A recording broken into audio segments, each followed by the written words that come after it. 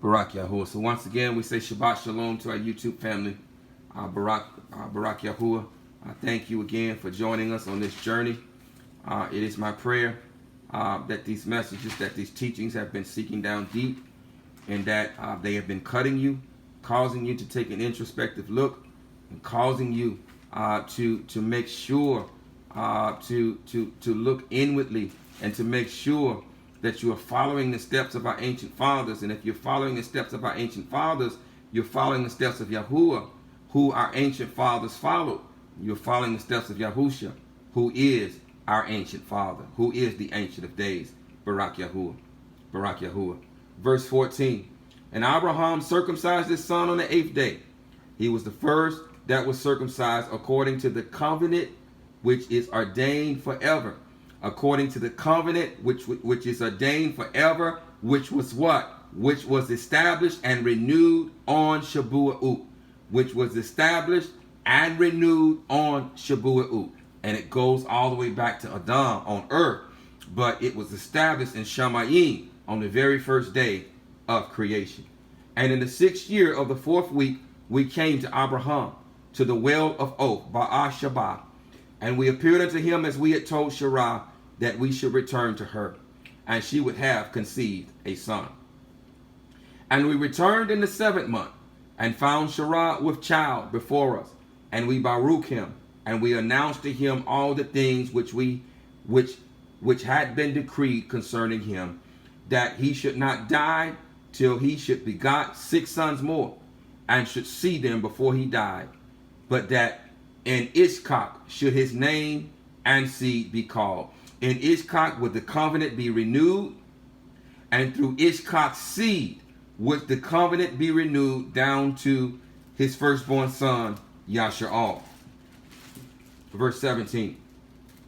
And that all the seed of his sons should be the other nations, and be reckoned with the other nations. But from the sons of Ishkak, one should become a Kadush seed.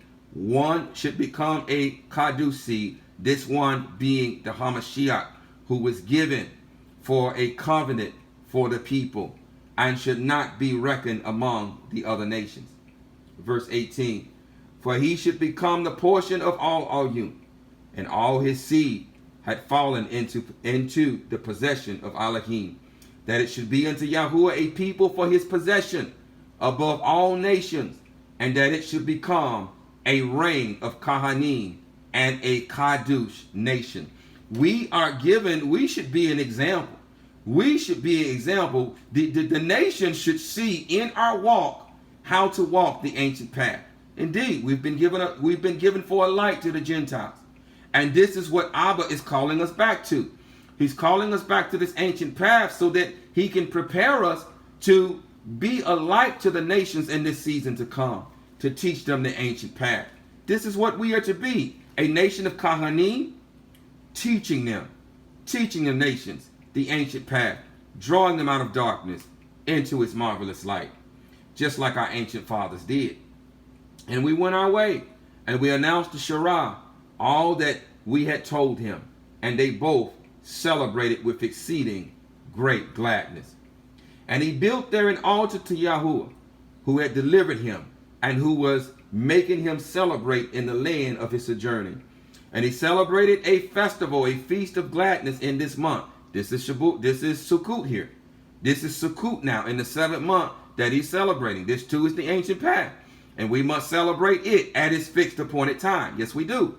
Yes, we do. We must celebrate this at its fixed appointed time. Any other day is an abominable day. Yes, it is. Yes, it is.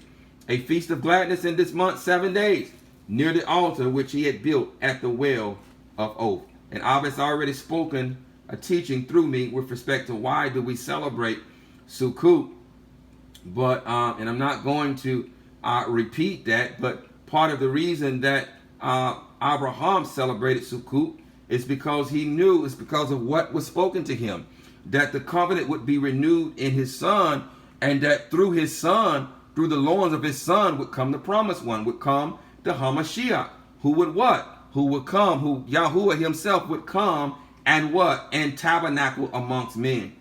And tabernacle amongst men. And so, in like manner now, Abraham is celebrating what? The Feast of Tabernacles.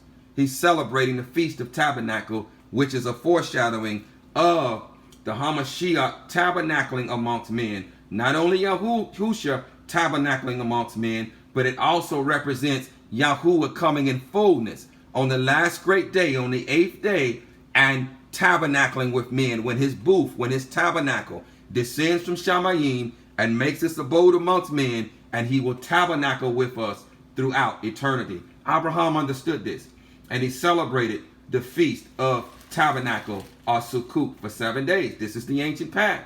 Yes, it is. Yes, it is. And we must celebrate it in its season, at its fixed appointed time. Verse 20 again. And he built there an altar to Yahuwah, who had delivered him, who was making him celebrate in the land of his sojourning. And he celebrated a feast of gladness in this month, 7 days, near the altar which he had built at the well of the oath. And he built sukkahs, and he built sukkahs for himself and for his servants on this feast. And he was the first to celebrate the feast of Sukkot on the earth. Indeed, again, Isaiah chapter 51 declares to us that we are to look to the example of our father Abraham. And if our father Abraham celebrated Sukkot, we too are to celebrate Sukkot. And so he was the first to celebrate it on the earth. This indeed is the ancient path. Just as Adam, our father, was the first to celebrate Shabua'ut on the earth. He was the first to celebrate Shabua'ut on the earth. Verse 22. And during these 7 days, he brought each day to the altar a burnt offering to Yahuwah. 2 oxen, 2 rams, 7 sheep, 1 he-goat for a crime offering, that he might atone thereby for himself and for his seed. And as a thank offering, 7 rams, 7 kids, 7 sheep, and 7 he-goats, and their fruit offerings and their drink offerings. And he burnt all the fat thereof on the altar, a chosen offering unto Yahuwah for a sweet smelling aroma, a sweet smelling savior. Now, we read in the book of Adam and Kua that what? That worship is nothing new for us. That offering up slaughter offerings of praise is nothing new for us. It began with Adam. Yes, it did. Yes, it did. And we understand that these slaughter offerings, they represent who? They represent us. And so it is the slaughter offerings of praise that Abba Yahuwah desires from us. Now, in that teaching with respect to Sukkot, the point was made there that when we arrive at Sukkot, we've got to arrive there with a heart of praise. We've got to arrive there with the understanding that we are to what? We are to praise him those 7 days like we have lost our proverbial minds, because there are lots of offerings that are required for Sukkot, and those offerings represent us, and we must praise him like we've lost our proverbial minds. Verse 24, and morning and evening he burnt fragrant substances, frankincense and galbanum. This represents what? The continual offerings, the continual daily offerings that were established in the very beginning with Adam, and in which was given to the nation of Yasha'al through the Torah of Masha in Numbers, the 28th chapter. But it wasn't established there. It was established in the very beginning with Adam. Indeed, he's telling us this is the ancient path. This is the ancient path. And morning and evening he burnt fragrant substances, frankincense and galbanum, and stocta, and nard, and myrrh, and spice, and costume. And all these 7 he offered crushed, mixed together in equal parts and pure. And he celebrated, and he celebrated, and he celebrated. Oh, we must celebrate like we've lost our proverbial minds. We must celebrate. Yes. Listen, celebrating is not a suggestion. It's not a suggestion. Because when we're celebrating, what are we celebrating? We're celebrating in Yahuwah. We're celebrating Yahuwah, and we're celebrating in Yahuwah, and we're celebrating what Sukkot is pointing towards, and that is eternity. Not only the millennial reign when he tabernacles with us once again, but also eternity when he comes down in fullness and he tabernacles with us throughout eternity. Throughout eternity. I don't know about you, but I look forward to that. Oh, how I want to see my Father. How I want to see his face. How I want to hug my Father. And I was talking to my Aisha, and making the point that when we're all in eternity, Barak Yahuwah, when we're all there, Abba Yahuwah, he has so much love, Mashbaka. He has so much love in him. His love can't be quantified. His love can't be measured. His love can't be understood. And so he has so much love in him that he is going to cause each and every one of us to feel like we're his favorite. Yes, he is. Yes, he is. Each one of us is going to feel like we're his favorite. And you know what else that's going to blow your mind? You know what else? Each one of us is going to be his favorite. If you can wrap your mind around that. Each one of us is going to be his favorite. And he's going to make us feel that way. Yes, he is. Yes, he is. I look forward to it. I look forward to it. I do. I look forward to celebrating with my Abba throughout eternity, which Sukkot points towards. Celebrating like we've lost our proverbial minds.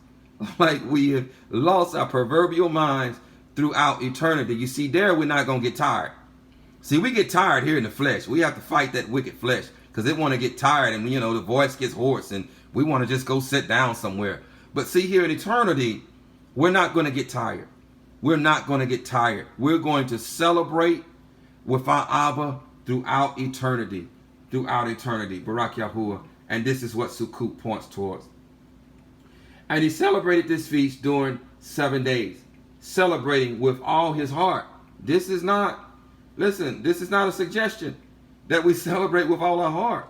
Indeed, if you're looking forward to seeing your Abba, you're going to celebrate with all your heart. Yes, you will. Yes, you will. If your heart is intertwined with his, then you'll celebrate with all your heart and with all your soul. He and all those who were in his house, and there was no stranger with him, nor any that was uncircumcised. Indeed, in that teaching, Abba spoke that no uncircumcised of heart should be keeping this feast. If your heart isn't circumcised, you shouldn't be keeping this feast. Because if your heart isn't circumcised, you're unclean. You are unclean. Because indeed, a circumcision, let me go back. An uncircumcised person, if you look at the Abrahamic word for uncircumcised, it points towards being naked. It points towards being naked and being unclean.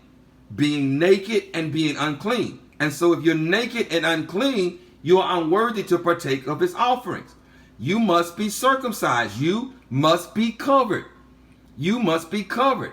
You must be covered in order to partake of his feast. And when our Father marries us, he does what? He covers us. Yes, he does. He covers our nakedness. Yes, he does. And as a man enters a woman, he enters us and circumcises our hearts, and whereby covering our nakedness. Whereby covering our nakedness. Yes, he does. Yes, he does. He covers our shame. He covers our shame. And so no uncircumcised of heart should be partaking of this feast. No, you shouldn't. You should not be partaking of this feast. You should right now be seeking Abba in Ruach and in truth. All of us need to be seeking Abba and asking him to reveal any unclean thing in us so that that thing can be purged out of us, so that he can completely circumcise our hearts. And there was no stranger with him, nor any that was uncircumcised. And he Baruch his creator, who had created him in his generation. For he had created him according to his good pleasure. For he knew and perceived that from him would also the plant of righteousness for the eternal generation. So he knew, he perceived, he was a man of Chokmah.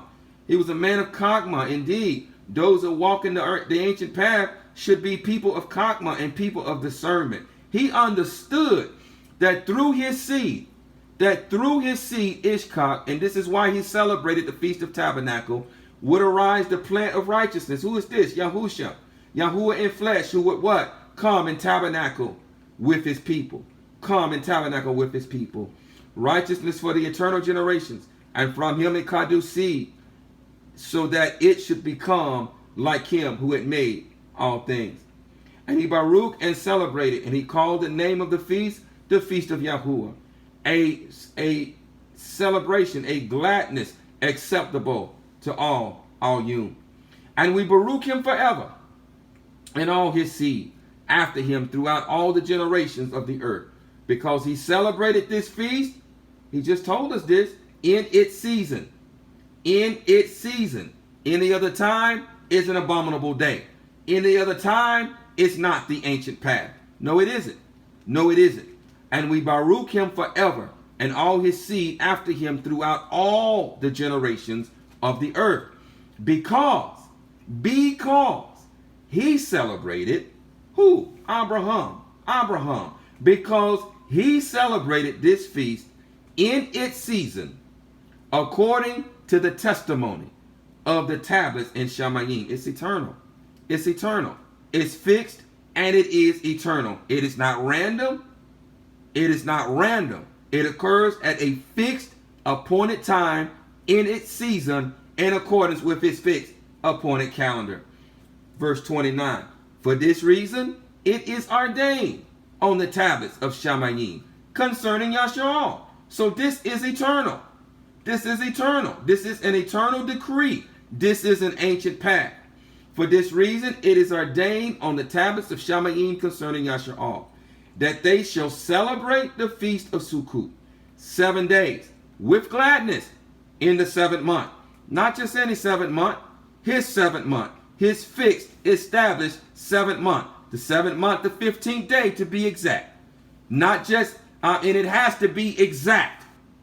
It must be exact. If it isn't exact, it's not the ancient path. Acceptable before Yahuwah. A statute forever throughout their generations every year. And to this there is no limit of days.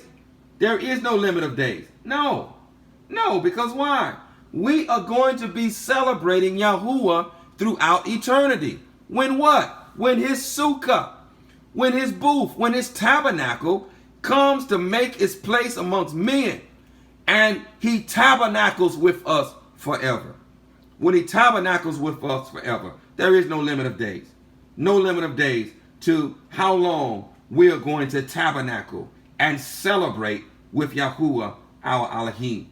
And to this there is no limit of days, for it is ordained forever regarding Yasharal. Indeed, I pray you understand right now that only Yasharal is going to inherit life. This is why there's only 12 gates to the city. Only 12 gates. There are no Christian gates. There are no Buddhist gates. There are no gates for Muslims. There are no gates for Hindus. There are 12 gates with the 12 names of the tribes of Yasharal above them. 12 gates. Just 12. That's not a 13th gate.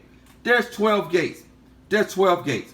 And those 12 gates are open to both the native born and the stranger. The stranger is no different than Yasharal. The stranger is Yasharal. He is Yasharal. The stranger is Yasharal. And so those 12 gates, all mankind, the remnant of mankind, which is Yasharal, are going to enter through those gates. Provided that what? That you're born from above.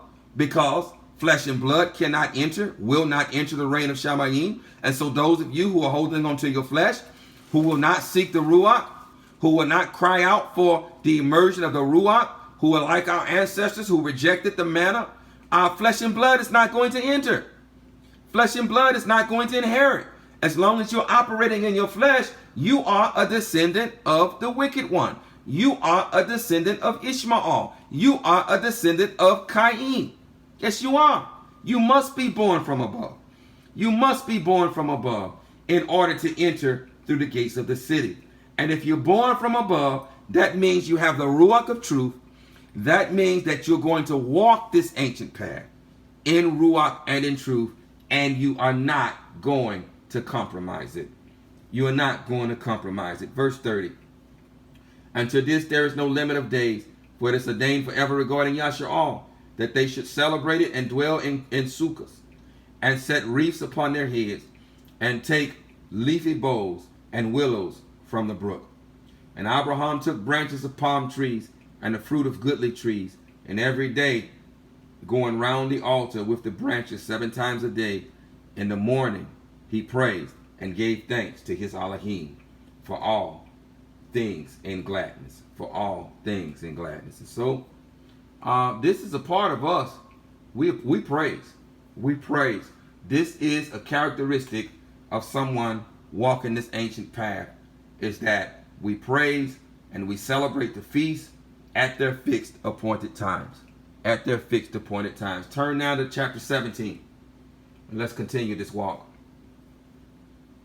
Turn now to chapter 17 of the book of Jubilee. And let's continue this walk.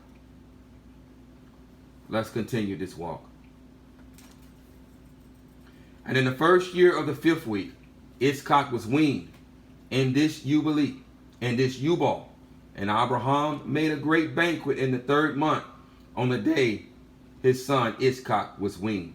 In the 3rd month, it's my belief that this was the day he was born. And so this, I believe that they were celebrating Shabua'ut.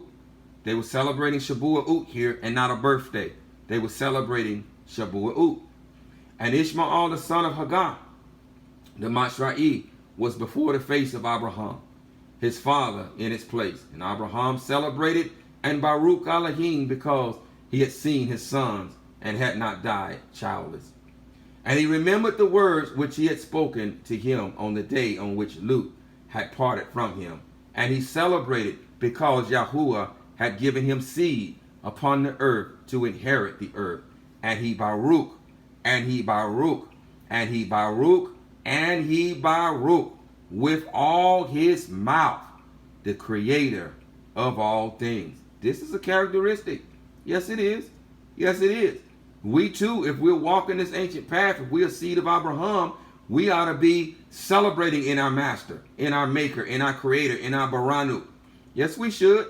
And we should be Baruching him with all our mouths, with all our mouths, the Baranu, the creator of all things. And Sarah saw Ishmael playing and dancing, and Abraham celebrating with great gladness. And she became jealous of Ishmael and said to Abraham, cast out this bondwoman and her son, for the son of the bondwoman will not be heir with my son Yitzchak. Abba just did a teaching through his servant regarding this on YouTube a couple of days ago. Now this account here is a little bit different from the account in Jasher and from the account in the book of Genesis, of Barashit. And so again, as you've heard me say many times, that a matter must be established in order for us to accept it. And so this account here, I have not read it anywhere else, and so I cannot accept it as being established that that Sarah saw Ishmael playing and dancing, and Abraham celebrating with great gladness, and she became jealous of Ishmael. That this does speak to before the birth of Ishmael, when Hagar had conceived, and Sarah became jealous because because Hagar was, in other words, rubbing it in her face, had an evil eye towards her mistress, and she did become jealous then. But there is no other text. I haven't come across a witness to quantify this and to establish it, and so I can't receive this one. Verse 5. And the thing was grievous in Abraham's sight because of his maidservant and because of his son, that he should drive them from him. And Elohim said to Abraham, let it not be grievous in your sight because of the child, because of the bondwoman, and all that Sarah has said unto you. Hearken to her words and do them, for in Ishkak shall your name and seed be called. And so if we are not seed of Ishkak, we are not seed of Abraham. Now, Ishkak was not like Ishmael. Ishkak was what? He was born according to the Ruach. He was born from the Jerusalem above. And so if you and I are in like manner born from the Jerusalem above, we are not seed of Ishkak, and we will not inheritance. We will not inherit, because he is the son of promise who would inherit. Yes, he is. Yes, he is. But as for the son of this bondwoman, I will make him a great nation, because he is of your seed. And Abraham rose up early in the morning and took bread and a bottle of water and placed them on the shoulders of Hagar and the child, and sent her away. Now, here's another characteristic. Here is another characteristic. One walking the ancient path is what? One, he's obedient. One, he or she is obedient. Two, they are willing to give up all. We've already seen this in the example when Abraham was willing to sacrifice Ishmael. But now we see here when he is sending away Ishmael. Now make no mistake, he loved Ishmael. He loved his son. Yes, he did. Yes, he did. But when Yahuwah said, do not think this to be grievous, send him away. Listen to the voice of Yahusha. Send him away, for he will not inherit. For in Ishmael your son shall your seed be called. This was hard for him. This was hard for him. But he was willing to give up all. Indeed, if we are not willing to give up all, we are not worthy to be called as taught ones. And if we are not willing to give up all, we are not walking this ancient path. No, we're not. No, we're not. And Abraham rose up early in the morning and took bread and a bottle of water and placed them on the shoulders of Hagar and the child and sent her away. And she departed and wandered in the wilderness of Bar-Sheba. And the water in the bottle was spent, and the child thirsted and was not able to go on, and fell down. And his mother took him and cast him under an olive tree, and went and sat her down over against him, at the distance of a bow shot. For she said, let me not see the death of my child. And as she sat, she wept. And the messenger of Elohim, one of the Kadush ones, said unto her, why weep you, Hagar, the stranger? Arise, take the child, and hold them in your hand. For Elohim has heard your voice, and has seen the child. And she opened her eyes, and she saw a well of water, and she went and filled her bottle with water. And she gave her child to drink, and she arose and went towards the wilderness of Paran. Now we see the favor that Yahuwah is showing on them for whose sake? For Abraham's sake. For Abraham's sake. Do you not understand that for the sake of Abraham and Ishmael and Yaakov, he will too show favor on us if we aspire to walk in like manner as them? Yes, he will. He will show favor on us. Yes, he will. The same favor that he showed them, he will show on us. Yes, he will. Yes, he will. And the child grew and became an archer, and Elohim was with him. And his mother took him a woman from among the daughters of Machraim. And she bore him a son, and called his name Nabayuth. For she said, Yahuwah was nigh to me when I called upon him. And it came to pass in the 7th week in the 1st year thereof, in the 1st month, in this Yubal, on the 12th of this month. On the 12th of this month. So this is the 1st month and the 12th day. The 12th day. So now we're approaching Pesach. We're approaching Pesach here. This is the 1st month and the 12th of the month. There was voices in Shamayim regarding Abraham, that he was trustworthy. That he was trustworthy. And all that he told him, and that he loved Yahuwah, and that in every affliction he was trustworthy. Oh, here we are, back at ground zero again. This ancient path, where we want to walk this ancient path and what? And hear those most coveted words. Well done, my good and trustworthy servant. Well done, my good and trustworthy servant. But do you not understand that in order to be considered a trustworthy servant, we must walk like Abraham? We must walk like him. And that in every affliction, he was trustworthy. In every affliction, he was trustworthy. We've got to walk like him. Yes, we do. We've got to be found trustworthy. We have got to be found trustworthy. And if we suffer with him, we will reign with him. Yes, we will. Yes, we will. And the prince, Mastama, came and said before Elohim, behold, Abraham loves Ishmael, his son, and he delights in him above all things else. Bid him to offer him as a burnt offering, as a whole burnt offering on the altar, and you will see if he would do this command, and you will know if he is trustworthy in everything wherein you do. Try him. The question is, Mashpaka, will you be found trustworthy? Are you willing to offer your kids, your husband, your wife? Are you willing to give up all for the sake of Yahuwah? Abraham was. All of our ancient fathers were. Yahusha gave up everything for us. And if we aspire to walk this ancient path, we too must be willing to give up all. Indeed, the Hamashiach said, unless you give up all, you cannot be my taught ones. He said it. He said it. And we cannot twist those words. We cannot twist them to fit us. We can't twist them to fit us. Just like we cannot twist the words when he said a good tree cannot bear wicked fruit. We can't twist them.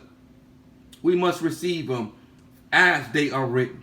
We must receive them as they are written and align ourselves with them and not try and cause them to fit our particular circumstance. And Yahuwah knew that Abraham was trustworthy in all his afflictions, for he had tried him through his country and with famine. Indeed, he tried Abraham in the same way that he tried our ancestors in the wilderness. Do you not understand that he was trying them in the same way that he tried Abraham in order to what? To teach them the ancient path. You see, they had been in Mitzrayim for a long time, where they had been slaughtering to goat devils and all kinds of other foolishness. But he called them out of Mitzrayim, out of darkness, into his marvelous light, to teach them the ancient path. And so he tried them the same way. He caused them to suffer famine, to suffer hunger. He caused them to suffer thirst. He caused them to be tested and to be proven in order to test them and prove them and to show them that man does not live by bread alone, but by every word that proceeds from the mouth of Yahuwah. Abraham was tested in the same way. But Abraham passed the test. He passed the test. 600,000 men on foot, not counting the women and not counting the strangers, did not pass the test. They did not pass the test. And so, because they didn't pass the test, if you don't pass the test, you can't be considered a son or daughter of Abraham. You can't. You can't. You cannot be considered a son or daughter of Abraham. And if you have understanding, you understand that Yahusha went through the same testing for us. He went through the same testing so that we could be restored to everlasting covenant back to Yahuwah. He walked as us. And where we failed, he succeeded. And so now we have the right to become the righteousness of Yahuwah, provided that we what? That we walk as he walked. That we walk the ancient path. It is written in 1 John, the 2nd chapter, that we are to what? Walk as he walked. We are to walk the ancient path. And we have no excuses, particularly if he is giving us his root. If his root resides in us. And indeed, these are the true sons and daughters of Abraham. Those who have the Ruach of Yahuwah Al-Yum, and who walk in like manner of Abraham. Abraham too had the Ruach HaKadosh. You can't walk this path without the Ruach HaKadosh. You can't. It is impossible to do so. Yes, it is. Yes, it is. And so reading here, and Yahuwah knew that Abraham was trustworthy in all his afflictions, for he had tried him through his country and with famine, and had tried him with the wealth of sovereigns, and had tried him with the wealth of sovereigns. Abraham didn't care nothing about wealth. I heard my beloved son speak earlier about how the Illuminati was tempting him because of his musical talent. But he too resisted the wealth of sovereigns, because we don't care nothing about the wealth of this world. Those who walk in this ancient path care nothing about the wealth of sovereigns. Your wealth perish with you. We care nothing for it. Your wealth is stored up for us, but we don't care nothing for it. We desire to give your wealth away to the poor. Yes, we do. Yes, we do. And clothe them and feed them. and teach them the ancient path. Yes, we do. Yes, we do. And had tried him again through his woman when she was torn from him, and with circumcision, and had tried him through Ishmael and Hagar, his maidservant, when he sent them away. And in everything wherein he had tried him, and in everything wherein he had tried him. Does this sound familiar? Did Yahushua fail? No, he didn't. No, he did not. He did not fail. He walked the same way. He walked the same way. And if the Ruach of the Mashiach dwells in us, we will in kind walk the same way as Abraham and as the HaMashiach himself, who is Yahuwah. And in everything wherein he had been tried, he was found trustworthy. This is the ancient path. This is it. This is why it's narrow, Maspaka. This is why it is narrow, and this is why few find it. Do you understand? We can't make excuses. It's narrow. Do you understand that? It's hard. It's hard pressed. It's not something that you can casually walk. It's not something that you can casually approach. It's not. It's a serious matter. It's very hard. It's narrow. And few find it. Few find it. Because we're going to be tried and we're going to be tested. It's hard. And we're going to have to give up some things. It's hard. But if we are seed of Abraham, and if the Ruach of Mashiach dwells in us, we too will walk like them, and we won't turn to the right or to the left of this path that is laid before us. We will pass every test that Abba lays before us, and we will continue to walk this ancient path. And in everything wherein he had tried him, he was found trustworthy, and his soul was not impatient. And his soul was not impatient. Indeed, I draw your attention to the fruit of the Ruach: love, patience, love, patience, kindness. Love, patience, kindness, and goodness, and self-control. This was Abraham. This was Abraham. Trustworthiness. This was Abraham. Gladness. Oh, didn't he celebrate like he had lost his mind? Yes, he did. Yes, he did. Gladness, gentleness. Oh, he was very gentle. Yes, he was. Yes, he was. Self-control. Yes, he had it. Yes, he had it. And so to walk like them, to walk like Yahushua, is to have the fruit of the Ruach. If you have his Ruach in you, then you have the fruit. Then you have the fruit, and you will walk like Abraham, and you will walk like him. Yes, you will. Yes, you will. And in everything wherein he had tried him, he was found trustworthy, and his nephash was not impatient, and he was not slow to act. And he was not slow to act. If Abba told him to do something, he wasn't slow to act. He immediately obeyed. He immediately obeyed the voice of Yahuwah. He obeyed every word that proceeded from his mouth. And this is the characteristic of his seed. Yes, it is. Yes, it is.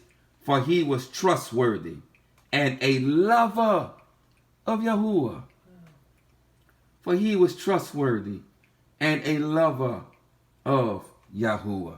Indeed, we show Yahuwah that we love him through obedience to him. This is how we show him that we love him, through obedience to him. The one who says he loves him, who loves him, and does not guard his commands and does not walk this ancient path, he or she is a liar, and the truth is not in them. Turn to chapter 18, Ms. Parker, and I think we're gonna conclude here. Turn to chapter 18. I think we're going to conclude here into the fourth day. Barak Yahuwah. Turn to chapter 18. And I think we're going to conclude here until the fourth day. And Elohim said to him, Abraham, Abraham. And he said, behold, here am I. And he said, take your Yaqub, take your beloved, your only begotten, whom you love, even Iskak, and go into the high country and offer him on one of the mountains which I will point out unto you. What did Abraham do? And he rose early in the morning and saddled his ass and took his 2 young men with him and Iskak his son, and clave the wood of burnt offering. And he went to the place on the 3rd day, and he saw the place afar off. You see, Abraham was a Kahan. Yes, he was. Yes, he was. All of YAHUAH'S firstborn sons are Kahans. Yes, we are. Yes, we are. He is a Kahan. Our father is a Kahan. And if our father is a Kahan, and we are born of him, then we too are Kahans. We too are Kahans. No different than the sons of Aharon. All the sons that came from Aharon, that came from his loins, were what? Were Kahan. Yes, they were. Yes, they were. And so all who were born from above, from the loins of YAHUAH, from the loins of Melchizedek, are Kahan. Why do I bring this up? I bring this up because when our ancestors had erected the golden calf, and Moshe came down from that mountain, and he declared, whoever is for YAHUAH, y'all come over here with me. And what happened? The sons of Louis, yes, they did. Yes, they did. They went over there with Moshe, and they armed themselves, and they put on their swords. And you know what they did?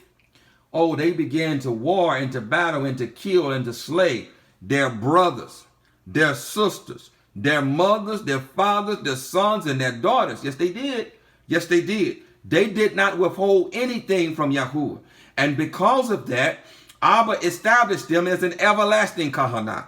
Yes, he did. Yes, he did. You see, this is a characteristic of a Kahan. This is a characteristic of a Kahan.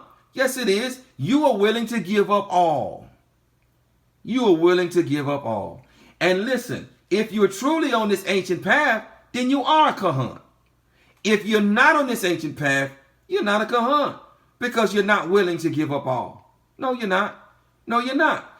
And if you are a daughter of Shara, you are willing to give up all. Yes, you are. Yes, you are. Because if we read in the book of Jasher, when she found out that Ishkak was being offered, she, other words, said, let Abba YAHUAH'S will be done. Let his will be done.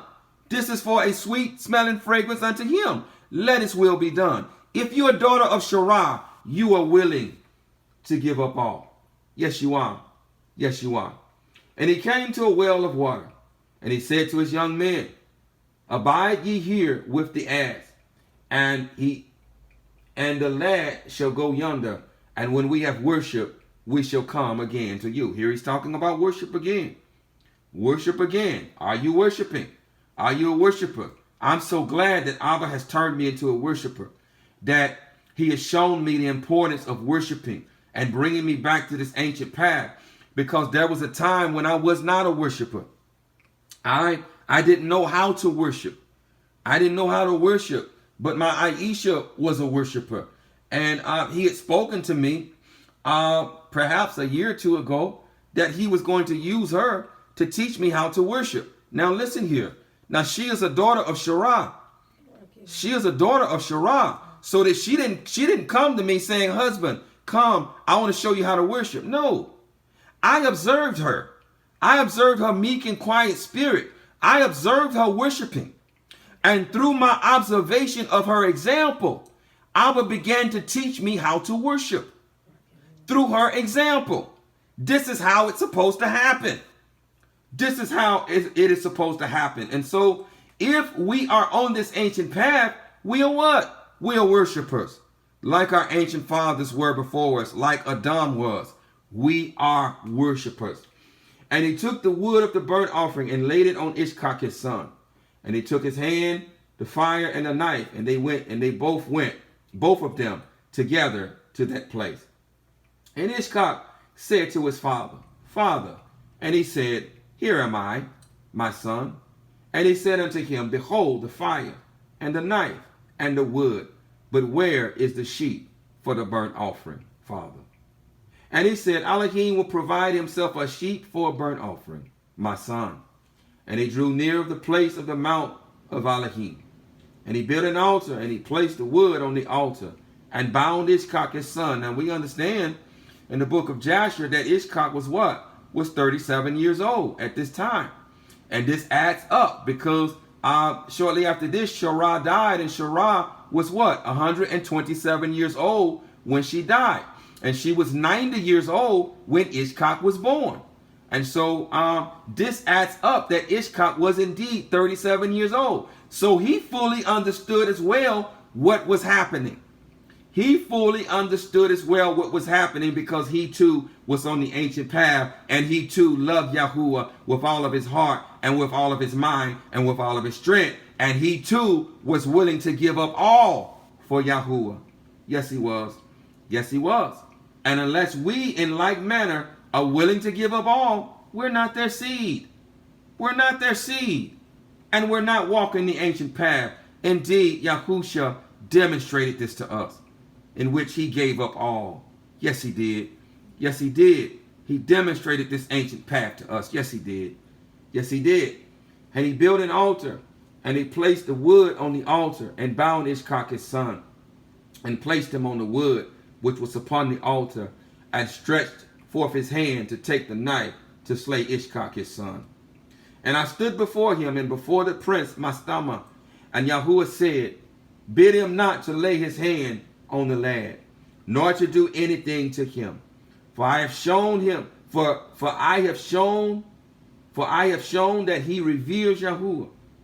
For I have shown that he reveres Yahuwah. Indeed, this is another characteristic of them that are walking this ancient path. We reverence Yahuwah. We reverence him. Yes, we do. Yes, we do. And guess what? If you reverence him, if you truly reverence him, which is a characteristic of walking this ancient path. Indeed, he's already told us, a good tree does not bear wicked fruit. No. If you reverence him, you're not going to bear wicked fruit. No, you're not. No, you're not. Because if you reverence him, you are going to be cognizant of your thoughts. You are going to be cognizant of your words. You are going to be cognizant of your actions and of your inactions. If you reverence him, because his Ruach dwells in you. Yes, you are. Yes, you are. You will reverence him. You will reverence him. And indeed, a good tree will not bear wicked fruit. No, it won't. No, it won't. That's what the text says. These are the words of the HaMashiach. They're not my words. They are his. They are his. And I stood before him and before the prince Mastama and Yahuwah.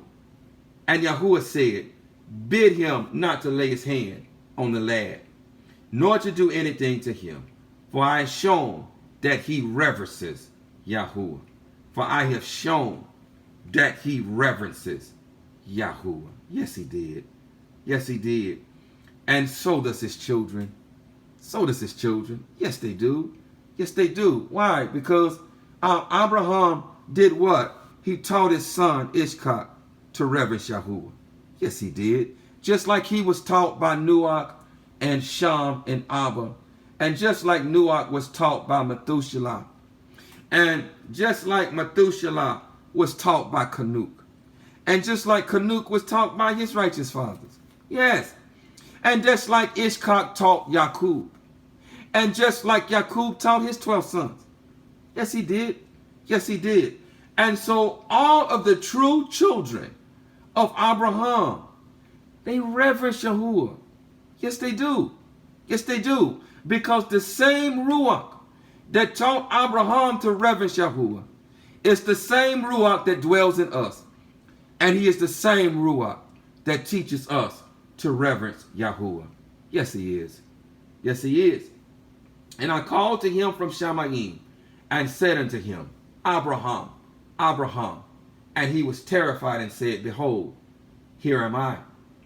And I said unto him, lay not your hand upon the lad, neither do you anything to him.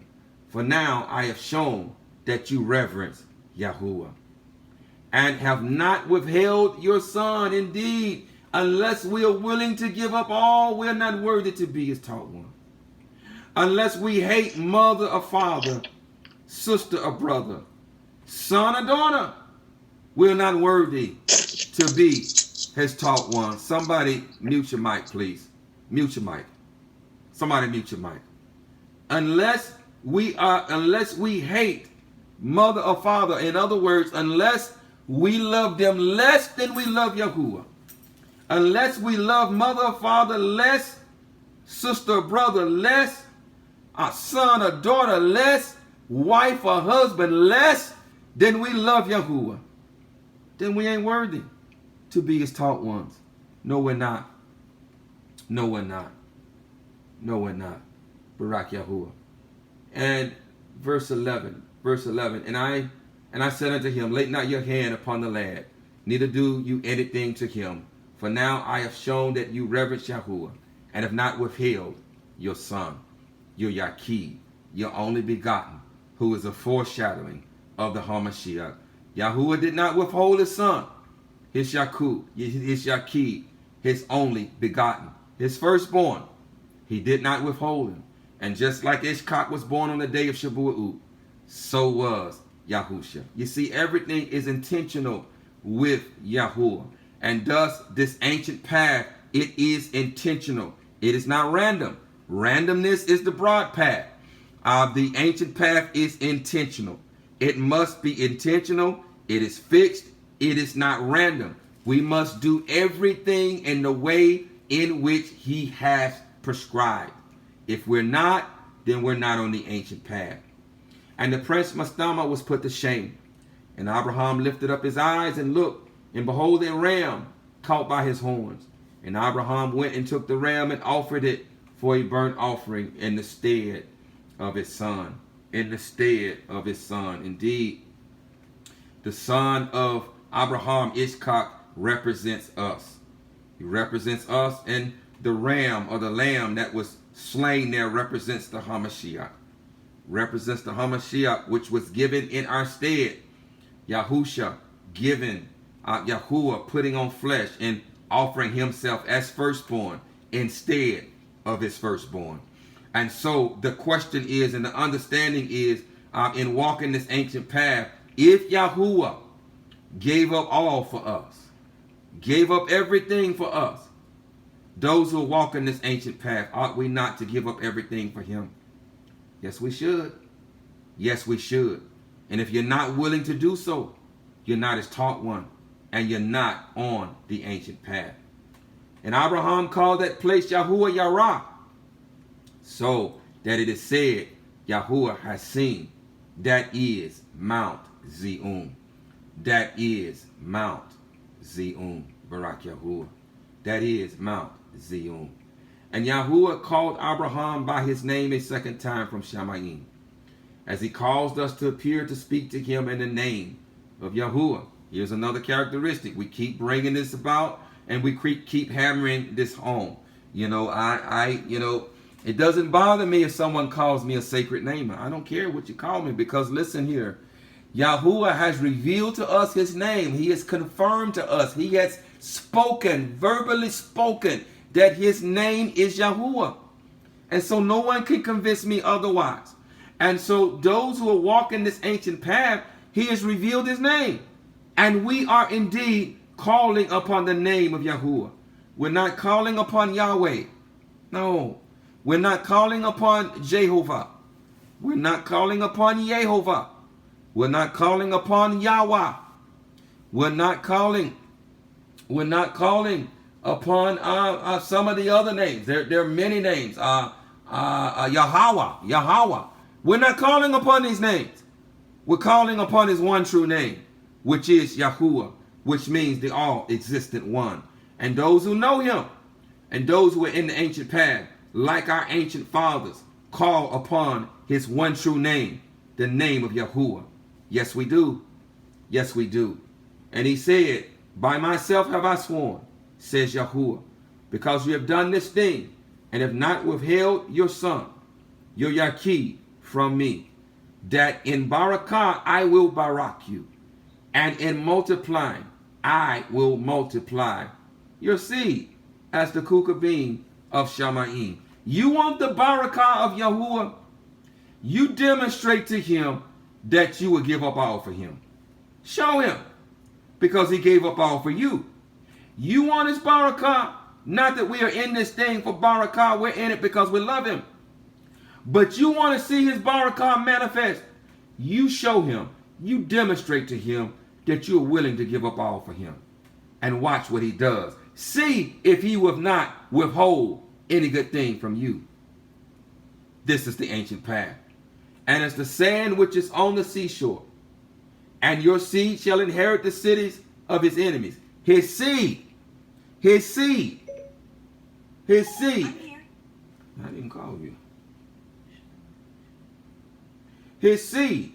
And the point has been made, not everybody is his seed. Not everyone is his seed. If you're his seed, then you ought to walk as he walked. If you are indeed his seed, then you are to walk as he walked. Yes, you should. Yes, you should.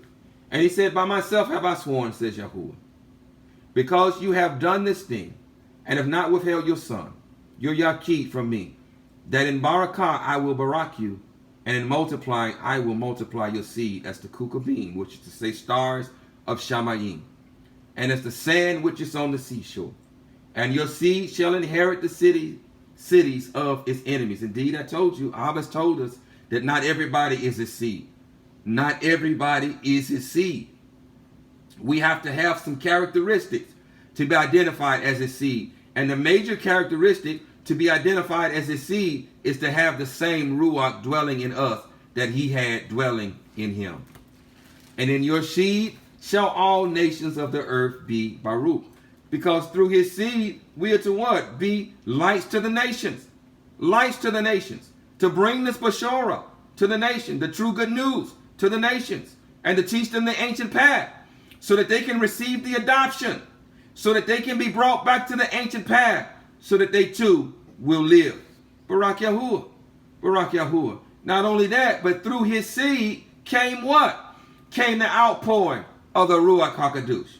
Through his seed came the outpouring of the Ruach HaKadosh. Because you have obeyed my voice. Because you have obeyed my voice. Another characteristic, is it not? Yes, it is. Obedience. This is the desire of our Father, that we obey every word that proceeds from his mouth. This is a characteristic of walking this ancient path and not making excuses and not compromising. Because you have obeyed my voice, and I have shown to all that you are trustworthy unto me, and all that I have said unto you. Go in shalom. Go in shalom. Because you have obeyed my voice, and I have shown to all that you are trustworthy unto me, and all that I have said unto you. Go in shalom. And his seed, as we're going to see as we continue this journey, looking at his seed walked in the same manner. And his seed walks, present tense, in the same manner. And Abraham went to his young men, and they arose and went together to Baal-sheba. And Abraham dwelt by the well of the oath. And he celebrated this feast every year, 7 days, with gladness.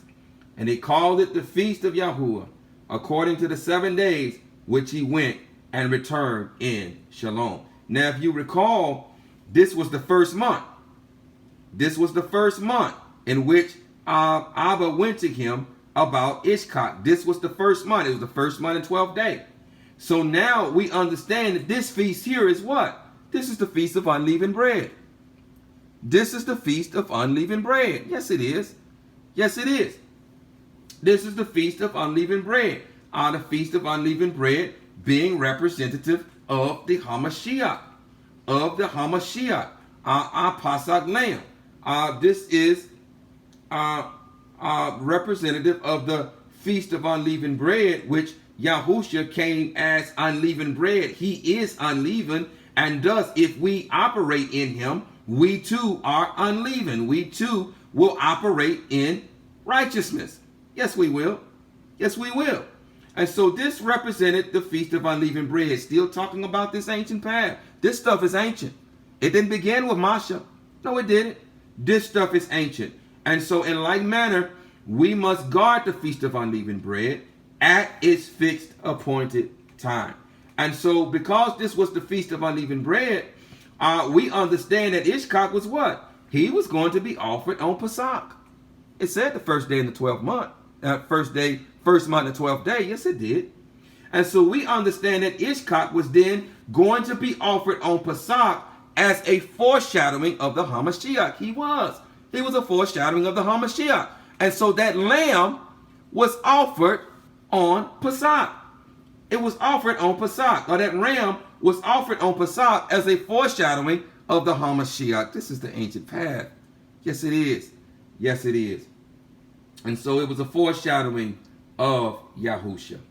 It was a foreshadowing of Yahusha, as again they both were born on Shabua'ut.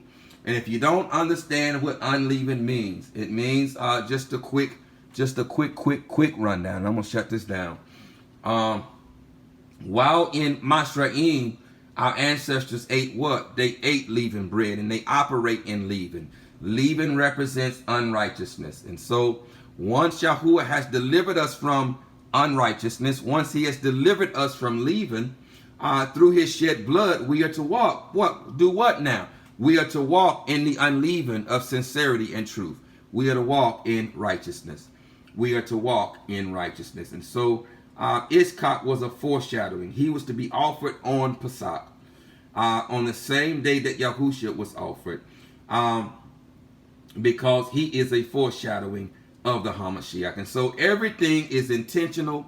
Everything is intentional. This is the ancient path, and we must observe it as our forefathers observed it on the fixed specific day that it has been ordained on the tablets in Shamayim, and that is revealed to us on his fixed eternal calendar, which is the Canuclean calendar.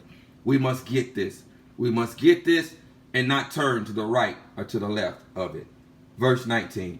And accordingly has it been ordained and written on the tablets of Shamayim regarding Yasha'al and his seed, that they shall observe the feast 7 days.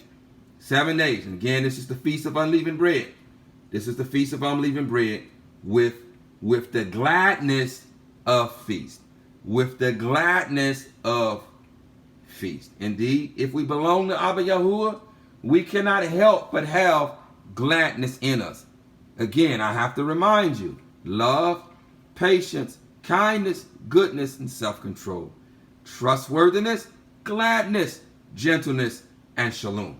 If we belong to him, we cannot help but operate in gladness. No, we can't. No, we can't. And if we belong to him, that means that his Ruach dwells in us. And that means that the same path that Yahusha walked, and that Abraham walked, and that our other ancient righteous ancestors walked, we too are walking. And if we stay on it, we will remain in covenant with him. And not only will we enter into everlasting life, not only will we find rest for our nefesh, but he will also keep us from the hour of trial, which is soon to come upon the earth. As we read in Chazon, the 14th chapter, those 144,000, they walked the ancient path. They did not turn to the right or to the left. They obeyed every word that proceeded from the mouth of Yahuwah. They obeyed the Lamb wherever he led them. They obeyed the Torah wherever he led them. And there was no falsehood found in their mouths. Thank you, Abba, once again for revealing your ancient path to us. Thank you for hard truths. For hard truths, Abba. I pray that your people are taking an introspective look, and I pray that this word has gone forth as a sword, and that it has cut asunder, and pruned, Abba, such as to cause your people to bear more fruit, and to cause your people to come into closer alignment with the ancient path. It is my prayer, Abba, that not a single word, not a single seed was thrown by the wayside on this human. And that not a single seed was thrown on shallow ground. That not a single seed fell amongst thorns. But that this seed, Abba, as you have begun to speak through your servant over the course of the past 5 or 6 weeks, that during that course of the past 5 or 6 weeks that you have been pruning and tilling and fertilizing the soil of the heart, Abba, such that this seed has been planted in fertile soil, such that the Ruach, the living water, will come forth and water that seed, so that it grows up to become a mighty tree, producing the fruit that leads to everlasting life. Let not one word that has been spoken from the mouth of your servant fall void to the ground, but let it go forth and accomplish that which you, Abba, have purposed it to do. In the Basham of Yahushua HaMashiach, so be it, so be it, so be it. So be it.